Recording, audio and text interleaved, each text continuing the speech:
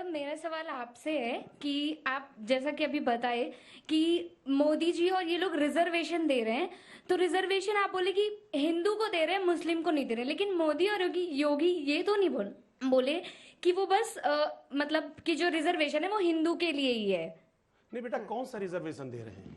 जो आरक्षण जो दे रहे हैं, जो भी आरक्षण, देखिए, जो इस मुल्क में दलित, शोषित, वंचित समाज है, जिसका जो हक है, संविधान ने जिसको जो हक दिया, बिल्कुल मिलना चाहिए। हम उसके समर्थक हैं और बिल्कुल हम चाहते हैं लोगों को मिलना चाहिए। कभी विरोध नहीं किया। समाजवादी पार्टी और इंडिया गठबंधन कभी विरोध नहीं करती। बीजेपी की सरकार है, तो वो बिल अभी क्यों आया? वो बिल पहले क्यों नहीं आए? बिल क्यों नहीं? टाइमिंग तैयारी की गई, पहले अध्ययन किया गया, अध्ययन करके पाया गया कि इन्होंने जो है इलाहाबाद हाईकोर्ट कब्जा कर लिया, कलकत्ता हाईकोर्ट पे हाथ डाल दिया। 4 जून का झटका है। बिना अध्ययन किए नहीं हो सकता ना बेटा, अध्ययन किया और उसके आधार पर लिया। मेरा सवाल खान साहब से है। वो कह रहे थे कि डीएम जो है वो सरकार के पक्ष में ही काम करेंगे। ठीक है, मानता हूं, मैं मान लिया आपकी बात को। लेकिन अगर किसी हिंदू का वक्फ बोर्ड बोलता है ये मेरा जमीन है, तो हिंदू को जाना पड़ेगा वक्फ बोर्ड के पास। तो क्या वक्फ बोर्ड हिंदू के पक्ष में देगा? कभी न्याय हो पाएगा? ऐसा हो सकता है?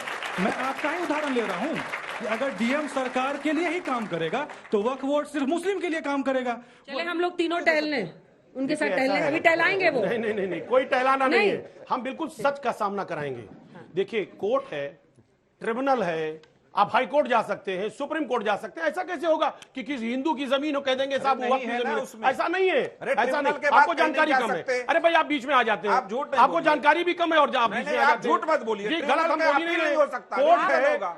आप डीएम पर शक जाहिर कर रहे हैं, वो वक्फ बोर्ड पर शक जाहिर कर रहे हैं। आपके पास जवाब तो है नहीं इसका। हम सच्चाई को बता रहे हैं, ये सच वो है। भी एक सच ही पूछ रहा था। मकसद ये है, देखिए, जिसकी जो जमीन है वो रहेगी। ऐसा थोड़ी होगा कि वक्त बोर्ड कह देगा कि साहब फला की जमीन मेरी है, वो उसकी हो जाएगी। ऐसा कैसे हो सकता है? हो गई है। कहाँ जाएं उसके खिलाफ? जल्दी से पूछिए। ट्रिब्यूनल के खिलाफ। जैसे कि आप कह रहे थे कि हम सरकार नहीं कह सकती कि ये जमीन हमारी है, या वक्फ बोर्ड नहीं कह सकता, तो आपका मतलब क्या है? ये जमीन है किसकी? और ये जमीन सरकार तो यूज कर रही है, पर क्या ये नॉर्मल जनता के लिए यूज होगी कभी वेलफेयर के? बहुत शानदार, बढ़िया सवाल है।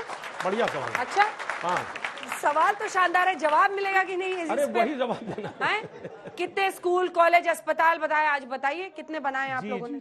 मैं कह रहा हूं अंजना जी, जो जमीन है उस जमीन का इस्तेमाल कौन करेगा? सरकारें करती है ना। लेकिन जब सरकार पैसा देगी, पैसा लगा करके स्कूल कॉलेज बनाएगी, तब उसकी तरक्की होगी। अंतालिया वो पैसा आया कहाँ? सरकार आप ये नहीं, मैं जानना चाह रहा हूँ, योगी जी वक्त की जमीनें हैं, उसमें वो स्कूल कॉलेज क्यों नहीं बनवाते? स्कूल कॉलेज क्यों नहीं बनवाते? बनाए ना, सरकार के अंडर में है। हर स्टेट गवर्नमेंट के अंडर में वक्फ बोर्ड होता है। सरकार की जिम्मेदारी है कि उसका इस्तेमाल करे, उस जमीन का इस्तेमाल करे, उस जमीन पर स्कूल बनाए, कॉलेज बनाए, उसका सही इस्तेमाल करे। ये बिल में लाएं, इनको लाना चाहिए 44 में कि साहब हर स्टेट में सरकार उस पर पैसा खर्च करेगी, उस जमीनों पे। जमीन कहां से पैसा उगलेगी? जमीन पैसा उगलेगी। ये कह रहे साहब जमीन से इनकम नहीं हो रहा है, कम इनकम हो रहा है। आप लगाइए ना पैसा, उसमें इन्वेस्ट करिए, उससे फायदा लीजिए। जमीन इनकी और रहे, लोगों का फायदा लीजिए। सुन लीजिए, इनकी जमीन मेरी जमीन इनकी रहे, वो मेरी जमीन करे, अब मेरी जमीन नहीं है। इनका इरादा आप समझ लीजिए। ये भाई इरादा है, आपकी इरादा है। यहाँ पे स्थिति यह है कि 1500 साल पहले जब पैगंबर मोहम्मद साहब नहीं पैदा हुए, तब का वक्फ इनका कह दिया और उस पर ट्रिब्यूनल में फैसला देंगे। देखिए, आपके पास इनकी है, उसके बाद जो है आप कह देंगे कलकत्ता हाईकोर्ट कब का बना हुआ है? 150 साल पहले का कलकत्ता हाईकोर्ट। ये कह देंगे वक्फ की जमीन है, और कौन फैसला करेगा? इनका ट्रिब्यूनल फैसला करेगा। उस बच्चे ने सवाल पूछा कि मुसलमान कैसे जवाब देंगे, उसका इनके पास कोई जवाब नहीं है। लेकिन इनको चाहिए सब की सरकार गलत कर रही है। अरे भाई, अभी जेपीसी बन गई है ना, ये सारी चीजें जेपीसी के पास ले जाओ ना। एक बार उनको बोलने दीजिए।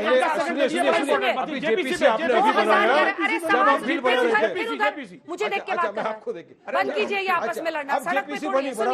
2011 जनगणना के मुताबिक भारत के 32% मुसलमान अशिक्षित हैं, 30% गरीब हैं। वक्फ की संपत्ति की कमाई से 200 करोड़ है लगभग। बिल्कुल। कितना खर्च किया गरीबों पर, गरीब मुसलमानों पर? क्या किया है? मैं आपको आप ही गिना दीजिए।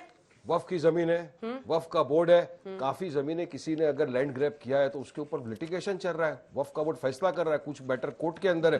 तो अगर 10 साल से इनकी सरकार सत्ता में है, वक्फ को इनको समरी पावर क्यों नहीं दिया कि ठीक है हम तुम्हारे को हेल्प करते हैं उनको 200 एकड़ निकालने की के लिए? आमदनी से कितने गरीब मुसलमानों का फायदा पहुंचाया? मेरा सवाल सुनाई दिया, बिल्कुल जवाब दीजिए। फायदा पहुंच रहा है, पहुंचेगा अगर सरकार कितने मदद करे। अस्पताल, कितने सरकार स्कूल? हड़प करने की नियत छोड़ दे और सरकार जवाब अगर ही मदद नहीं करना आपके चाहे पास, वक्फ बोर्ड को, जवाब ही नहीं। नहीं सरकार की नियत खोट है। सरकार क्यों नहीं देती वक्फ बोर्ड को? चलो हम इतना बजट के अंदर तुमको देते, खर्चा करिए आप। वक्फ बोर्ड की अगर जमीन आपके पास पड़ी है, ठीक है, सरकार उसमें समरी पावर देती है कि अगर कोई गैर कानूनी घुस गया वहां से निकाल के उसको फेंको।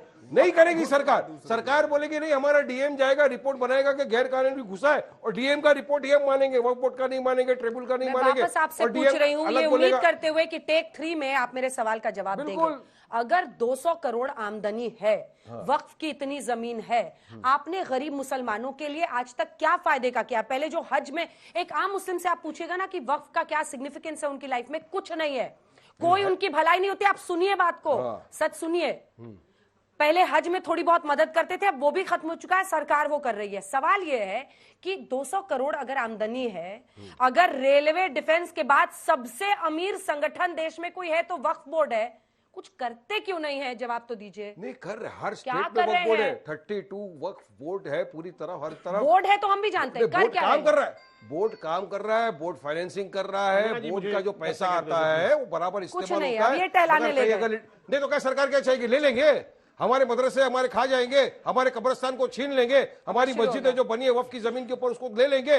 इनका टारगेट और मंशा तो यही है ना कि ठीक है आपसे नहीं होता हम करेंगे। अच्छा, ताजमहल पर जो स्टेक कर रहे हैं क्लेम, वहां मजार मकबरा ये सब में क्या लेना इस्लाम का? मस्जिद भी है, वो तो वो कहते हैं मंदिर है। मस्जिद, वो तो बोलते हैं कि जो राम, अरे भाई जो बाबरी मस्जिद जहाँ बनी है वो भी वक्फ की जगह थी, और अभी जो बाबर काशी लेके आया मथुरा की था, बात करें वक्फ की वो भी जमीन वक्फ की है। जमीन है, वो भी वक्फ की जमीन है। क्या करेंगे उसका?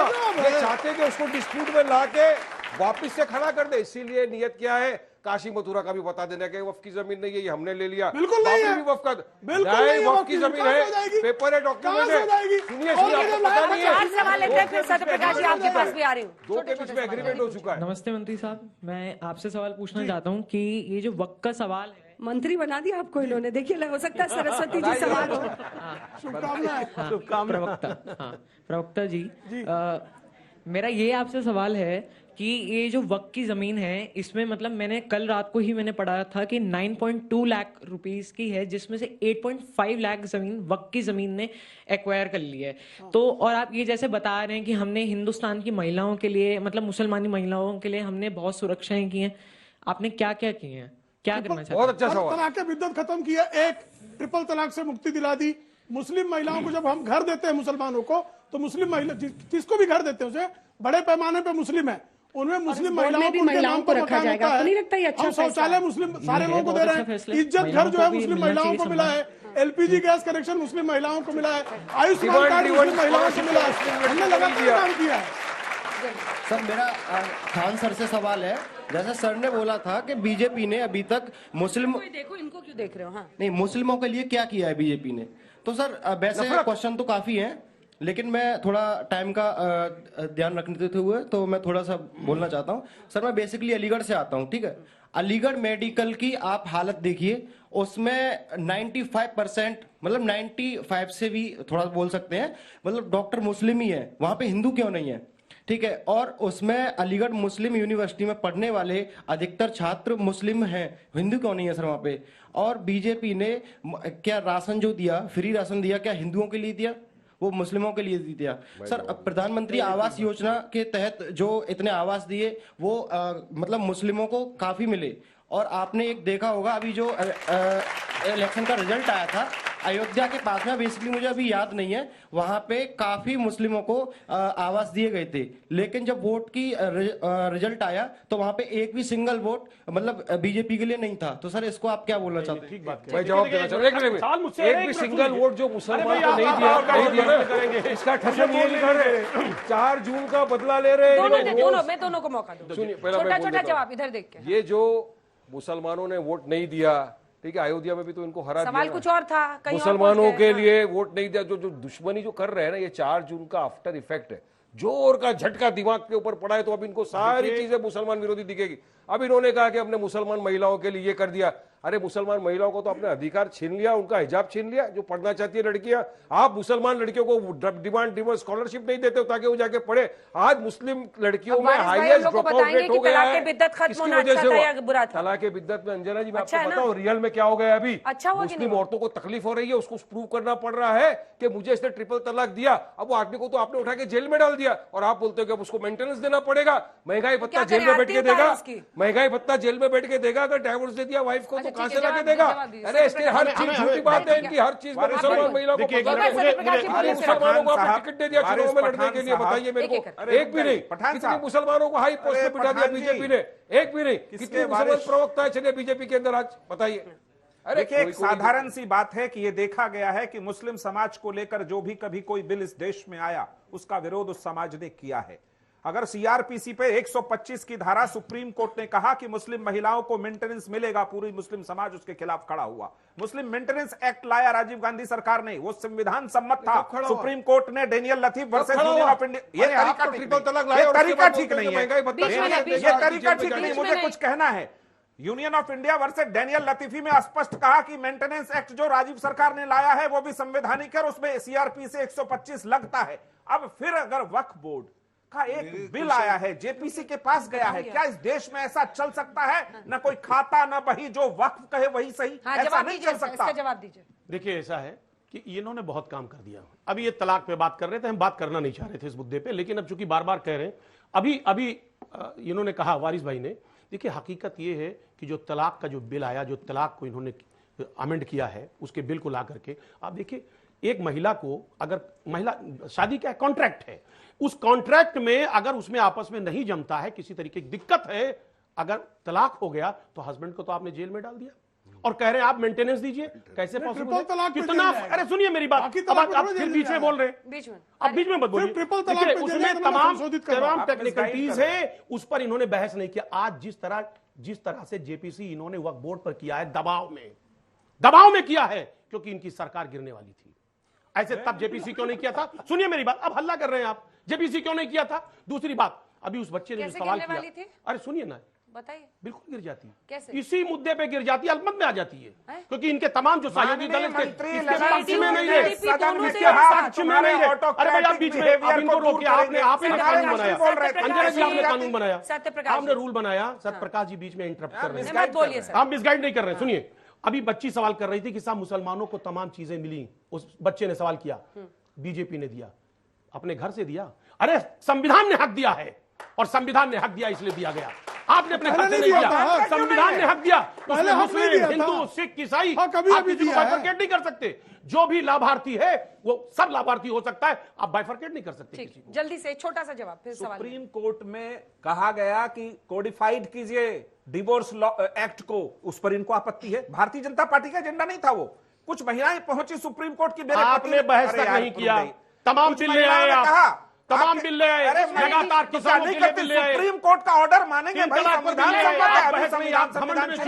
लोगों की बात नहीं सुनते रहे। दूसरा, निरंकुश व्यवस्था है वक्फ बोर्ड को। हमारे माननीय मंत्री ललन सिंह जी ने सदन में इस चीज को कहा कि आपके ऑटोक्रेटिक बिहेवियर को करेक्ट करने का बिल है। कोई चीज इस देश में निरंकुश नहीं हो सकता, पारदर्शिता होनी चाहिए। आपसे है, अभी आपने बोला कि हिंदुओं में भी बहुत जल्दी तलाक होती है, आपने कहा कि हिंदू में भी तलाक होती है, तो हिंदू में भी तलाक होती है तो मुसलमान में भी होती है, लेकिन हिंदुओं की ऐसी तलाक नहीं होती कि 3 बार तलाक कर दे तो बहन की इज्जत चली जाए। देखिए बेटा, ऐसा है कि तलाक चाहे वो हिंदू भाई का हो, चाहे मुस्लिम भाई करे, तलाक होता है। एक बहन जब सताई जाती है, सुनिए मेरी बात, अब सुनो मेरी बात, हम लोग सब डर जाएंगे। भाई मेरा इमोशन है, मेरा छोटा भाई है, सुनिए।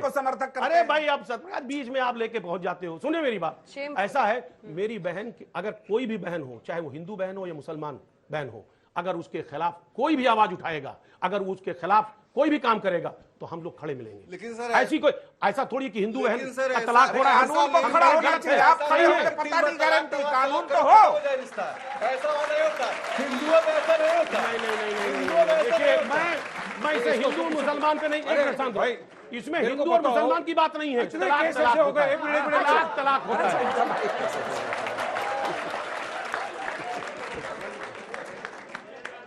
अभी सर आपने बोला कि आपकी जितनी भी जमीन है वो सारी रजिस्टर्ड है, तो सर अगर जो अमेंडमेंट हो भी जाता है तो उसमें दिक्कत क्या है सर? सर ये तो वो वाली बात हो गई ना कि चोर की दाढ़ी में तिनका। नहीं, चोर की दाढ़ी पूरी उन लोग नहीं, नियत नहीं, पूरी दाल इनकी तो काली काली चल रही है। आपको पता है 44 जो अमेंडमेंट ला रहे हैं पूरे के पूरे एंटी मुस्लिम है, पूरे के पूरे मुसलमानों की जमीन हथियाने वाले अमेंडमेंट है। हमको तो 44 के 44 अमेंडमेंट की दिक्कत है, पूरा ऑब्जेक्शन है और इसकी लड़ाई लड़ी जाएगी। संविधान के दायरे में रहकर सड़कों पे आना पड़ेगा तो भी जाएंगे, कोर्ट जाना पड़ेगा तो भी जाएंगे। जल्दी पूछे।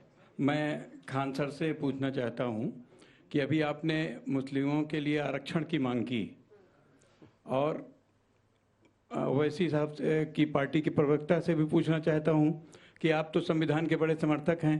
अलीगढ़ मुस्लिम विश्वविद्यालय में आज तक संविधान के द्वारा दिया गया आरक्षण लागू नहीं हुआ, आप उसके बारे में क्या कहना चाहते हैं? ये सवाल तो छूट ही गया था, वो बच्चा भी पूछ रहा था।